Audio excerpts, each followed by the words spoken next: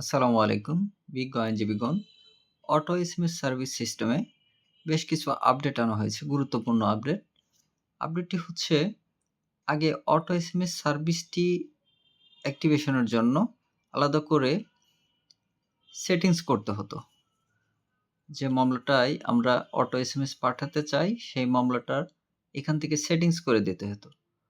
তবে এখন থেকে আর আলাদা করে কোনো সেটিংসের প্রয়োজন পড়বে না। যখন নতুন মামলা এন্ট্রি করা হয়, এন্ট্রির সময় আমরা যে ক্লায়েন্টের মোবাইল নাম্বারটা এন্ট্রি করি, এই মোবাইল নাম্বারটি ফোকাস করে সবসময় মামলার অটো এসএমএসটি যাবে। আর অটো অ্যান্ড ইনস্ট্যান্ট এসএমএস যে অপশনটি, এই অপশনটিতে দেখবেন সকল রানিং কেসগুলো ডিফল্ট ভাবে অটো এসএমএস সেন্ডিং অপশনটা অন থাকবে। তো নির্দিষ্ট কোনো মামলা যদি আমরা চাই এসএমএস যাতে না যায়, আমরা জাস্ট এখান থেকে অফ করে দেব, সুইচটা অফ করে দেব। এই মামলাটিতে আর এসএমএস যাবে না, অটো এসএমএস যাবে না।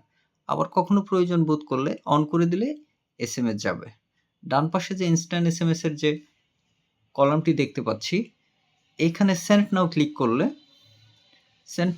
করলে এই অটো এসএমএস ফরম্যাটে আগামী তারিখটি ক্লায়েন্টের মোবাইল নাম্বারে সিঙ্গেল ভাবে চলে যাবে।